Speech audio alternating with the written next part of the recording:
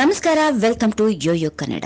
ಸಾಯಂಕಾಲ ಆಗುತ್ತಿದ್ದಂತೆ ಸ್ನಾಕ್ಸ್ ತಿನ್ನುವವರು ಬಹಳ ಜನ ಇರ್ತಾರೆ. ಸ್ನಾಕ್ಸ್ ಅಂದ ತಕ್ಷಣ ಪಾನಿಪುರಿ ಗೊತ್ತಿಲ್ಲದವರೇ ಇಲ್ಲ ಅಂದ್ರೆ ತಪ್ಪಿಲ್ಲ. ಪಾನಿಪುರಿ ಅಂದ್ರೆ ಪ್ರತಿಯೊಬ್ಬರಿಗೂ ಇಷ್ಟ. ಕೆಲವರು ಗೋಲ್ಗೋಪ ಅಥವಾ ಪುಚ್ಕ, ಇನ್ನು ಪಾನಿಪುರಿ, ಹೀಗೆ ವಿವಿಧ ಹೆಸರುಗಳಲ್ಲಿ ಈ ಸ್ನಾಕ್ ಅನ್ನ ಕರೀಲಾಗುತ್ತೆ. ಹೀಗೆ ಈ ಪಾನಿಪುರಿಯನ್ನ ವಿವಿಧ ಹೆಸರುಗಳಿಂದ ವಿವಿಧ ಪ್ರಾಂತ್ಯಗಳಲ್ಲಿ ಕರೀತಾರೆ. ಇನ್ನು ಮುಖ್ಯವಾಗಿ ಈ ಪಾನಿಪುರಿ ಹೊರಗಡೆ ಹೆಚ್ಚಾಗಿ ತಿನ್ನುವವರು ಬಯಸ್ತಾರೆ. ಅಂದ್ರೆ ಹೊರಗೆ ಹೆಚ್ಚಾಗಿ ರುಚಿಕರವಾಗಿರುತ್ತೆ ಮನೆಯಲ್ಲಿ ಮಾಡೋದಕ್ಕಿಂತ ಅನ್ನುವ ಒಂದು ಮಾತು ಕೂಡ ಇದೆ. ಪಾನಿಪುರಿ ತಿನ್ನೋದ್ರಿಂದ ಹಲವಾರು ಆರೋಗ್ಯ ಪ್ರಯೋಜನಗಳಿವೆ ಅಂತ ಹೇಳ್ತಾರೆ ಕೆಲವು ಜನ.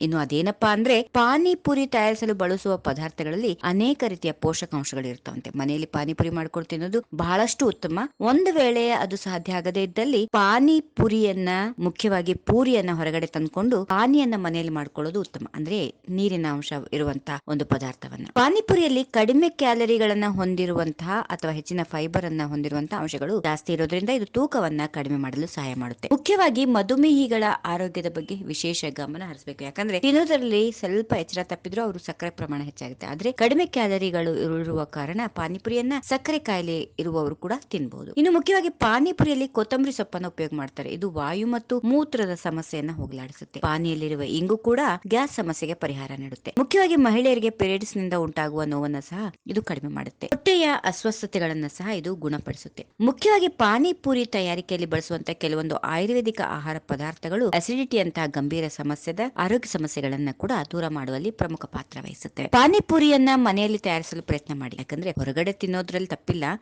ಅದು ಕೂಡ ಯಾವಾಗ್ಲೂ ಒಂದ್ ಬಾರಿ. ಆದ್ರೆ ಮನೆಯಲ್ಲಿ ನೀವು ತಯಾರಿಸಿ ಮಾಡ್ಕೊಂಡು ತಿನ್ನೋದ್ರಿಂದ ಇನ್ನೂ ಹೆಚ್ಚು ಆರೋಗ್ಯಕರ ಅಂತ ಹೇಳ್ಬೋದು. ಪಾನಿಪುರಿಯನ್ನ ಪ್ರೀತಿಯಿಂದ ತಿನ್ನುವವರು ಬಹಳಷ್ಟು ಜನ ಇದ್ದಾರೆ. ಆದ್ರೆ ಅದನ್ನ ಹಿತಮಿತವಾಗಿ ಸೇವಿಸೋದ್ರಿಂದ ಆರೋಗ್ಯ ಚೆನ್ನಾಗಿರುತ್ತೆ. ಆರೋಗ್ಯಕ್ಕೆ ಹಲವು ಪ್ರಯೋಜನಗಳು ಕೂಡ ಸಿಗುತ್ತವೆ. ಈ ವಿಡಿಯೋ ನಿಮಗೆ ಇಷ್ಟವಾದಲ್ಲಿ ಲೈಕ್ ಮಾಡಿ, ಶೇರ್ ಮಾಡಿ, ಸಬ್ಸ್ಕ್ರೈಬ್ ಮಾಡಿ.